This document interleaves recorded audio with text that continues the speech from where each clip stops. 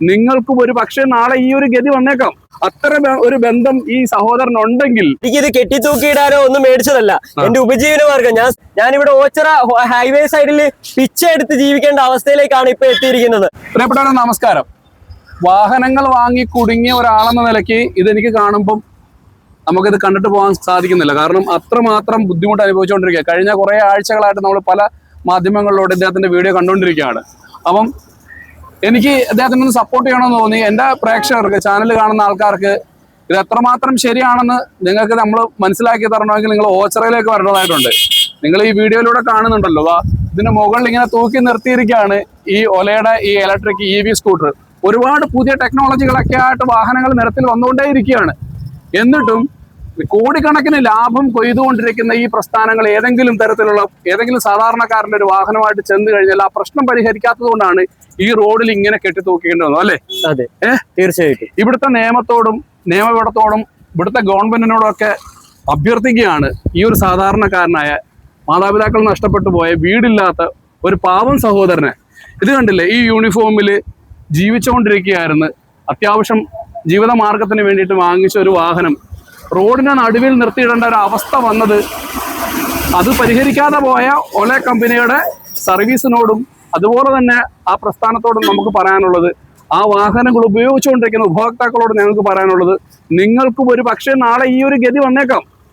അപ്പം ഈ ഒരു പയ്യനെ സപ്പോർട്ട് ചെയ്യണം. പരമാവധി ആളുകൾ ഇത് നീതി മേടിച്ചു കൊടുക്കുന്നതിന് വേണ്ടിയിട്ട് വളരെ പോസിറ്റീവായിട്ട് നിങ്ങൾ പലരും പല കമന്റ് സെക്ഷനിലും വന്ന് പറയുന്നത് കൊണ്ട് മറ്റുള്ള വാഹനങ്ങളുടെ ഷോറൂമിൽ നിന്നും പണം വാങ്ങിയിട്ടാണ് ഇത് ചെയ്തിരിക്കുന്നത്. അത്ര ഒരു ബന്ധം ഈ സഹോദരനുണ്ടെങ്കിൽ ഇങ്ങനൊരു ഈ ഒരു വാഹനം ഇവിടെ തൂക്കിയിടേണ്ട ഗതികേട് വരുമോ?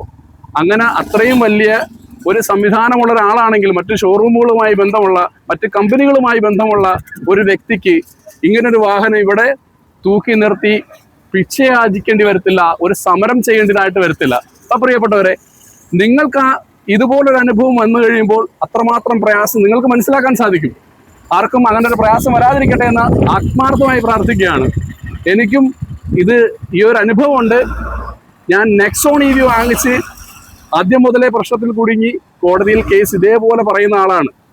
അപ്പോൾ അതുകൊണ്ട് തന്നെ ആ വേദന എനിക്ക് കൃത്യമായി മനസ്സിലാക്കാൻ സാധിക്കും. പ്രിയപ്പെട്ട സുഹൃത്തെ, നിങ്ങൾക്ക് എന്താണ് നമ്മുടെ ഈ പ്രേക്ഷകരോട് പറയാനുള്ളത്, സമൂഹത്തോട് പറയാനുള്ളത്, ഗവൺമെന്റിനോട് പറയാനുള്ളത്, നീതിപീഠത്തിനോട് പറയാനുള്ളത്? ഞാൻ എന്റെ ഉപജീവന മാർഗത്തിന് വേണ്ടി മേടിച്ച വണ്ടിയാണ് ദേ ഈ കാണുന്നത്. ശരിക്കും ഇത് കെട്ടിത്തൂക്കിയിടാനോ ഒന്നും മേടിച്ചതല്ല, എന്റെ ഉപജീവന മാർഗം. ഞാൻ സ്വിഗ്ഗിയിലും സൊമാറ്റോയിലൊക്കെ ഫുഡ് ഡെലിവറി ചെയ്യുന്നതാണ്. ഈ റോഡിൽ കഴിഞ്ഞ് പോയിട്ട് ഓരോരുത്തർക്ക് ഫുഡ് കൊണ്ട് കൊടുക്കേണ്ടതാണ്. ആ റോഡിൽ കഴിഞ്ഞ് പോയി ഫുഡ് കൊണ്ട് കൊടുക്കേണ്ട ഞാൻ ഇപ്പൊ എന്റെ അന്നത്തിന് വേണ്ടി ഈ റോഡിലിരുന്ന് ഇറക്കേണ്ട അവസ്ഥയിലേക്ക് എന്നെ ഈ കമ്പനി കൊണ്ടെത്തിച്ചിരിക്കുന്നു. അതെന്താന്ന് പറഞ്ഞാല്, കഴിഞ്ഞ വർഷം 2025 ഫെബ്രുവരി മാസം 1-ാം തീയതി ഞാനൊരു വണ്ടി എടുത്ത് തട്ടാരമ്പലത്തുള്ള ഒലയുടെ സർവീസ് സെന്ററിൽ നിന്ന് എടുത്ത വണ്ടിയാണ്. അത് നവംബർ മാസം ആകുമ്പോൾ കംപ്ലൈന്റ് വരുന്നു. അങ്ങനെ കംപ്ലൈന്റ് വരുന്ന വണ്ടി അവർ കൃത്യമായിട്ട് പരിഹരിച്ചു തരുന്നില്ല. അതുമൂലം വീണ്ടും റിപ്പീറ്റഡ് കംപ്ലൈന്റ് വന്നിട്ട് എനിക്ക് ജോലിക്ക് പോകാൻ പറ്റാത്ത ഒരു അവസ്ഥയിലേക്ക് എത്തിയിരിക്കുകയാണ്.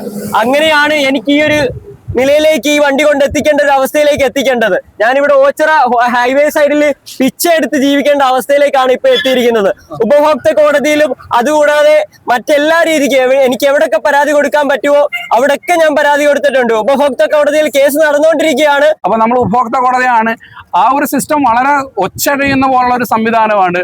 നമ്മളുടെയൊക്കെ ഒരു പ്രശ്നങ്ങൾ വളരെ വേഗത്തിൽ പരിഹരിക്കേണ്ട കോടതി ഒരുപാട് സമയങ്ങൾ മാറ്റിവെക്കുകയും ഇങ്ങനൊരു വാഹനത്തിന്റെ പ്രശ്നം മനസ്സിലാക്കാൻ ഇതിന്റെ ടെക്നിക്ക് അറിയാവുന്ന ഒരാൾ മാത്രം വന്ന് പരിശോധന നടത്തിയാൽ തീരാവുന്ന പ്രശ്നമേ ഉള്ളൂ. ഇത് എന്താണ് പ്രശ്നം?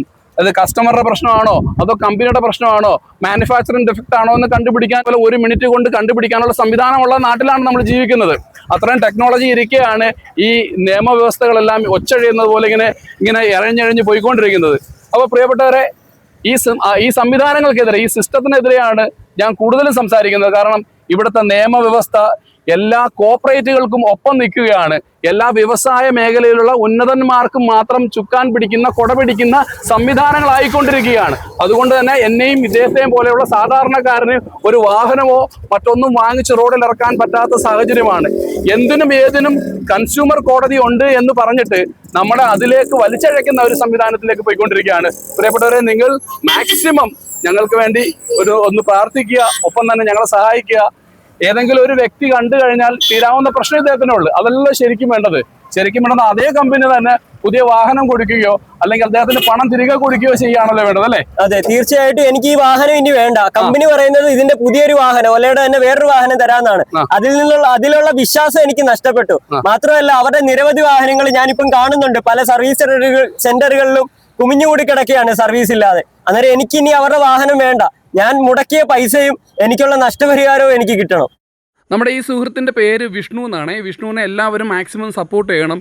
ഈ ഒരു സമരം വിജയിക്കാൻ വേണ്ടിയിട്ട് എല്ലാവരും നിങ്ങൾ വളരെ പോസിറ്റീവായിട്ട് ഷെയർ ചെയ്യണം. കാര്യം നമ്മുടെ നിയമപാലകരൊക്കെ ഇത് കാണണം, നമ്മുടെ കോടതിയിൽ ജഡ്ജിമാരിത് കാണണം. കൺസ്യൂമർ കേസുകൾ വളരെ വേഗത്തിൽ നടക്കേണ്ടതായിട്ടുണ്ട്. കൺസ്യൂമർ കേസ് നല്ല കേസുകളെല്ലാം വളരെ വേഗത്തിൽ ഫാസ്റ്റായിട്ട് നടത്തണം. അതിൻ്റെ തെറ്റും ശരിയും വളരെ വേഗത്തിൽ കണ്ടുപിടിച്ച് നമ്മുടെ സിസ്റ്റം പ്രവർത്തിക്കേണ്ടതായിട്ടുണ്ട്. അതുകൊണ്ട് തന്നെ എന്നെയും വിഷ്ണുവിനെയും പോലെയുള്ള ഒരുപാട് ആളുകൾ ഇങ്ങനെ കേസും കാര്യങ്ങളുമായിട്ട് മുന്നോട്ട് പോകുന്നുണ്ട്. വിശ്വാസമാണ് നമ്മുടെ ഗവൺമെൻറ്റിനോടും കോടതിയോടും ഒക്കെ. അപ്പം പ്രിയപ്പെട്ടവരെ എല്ലാവരും മാക്സിമം ഷെയർ ചെയ്ത് സഹായിക്കൂ.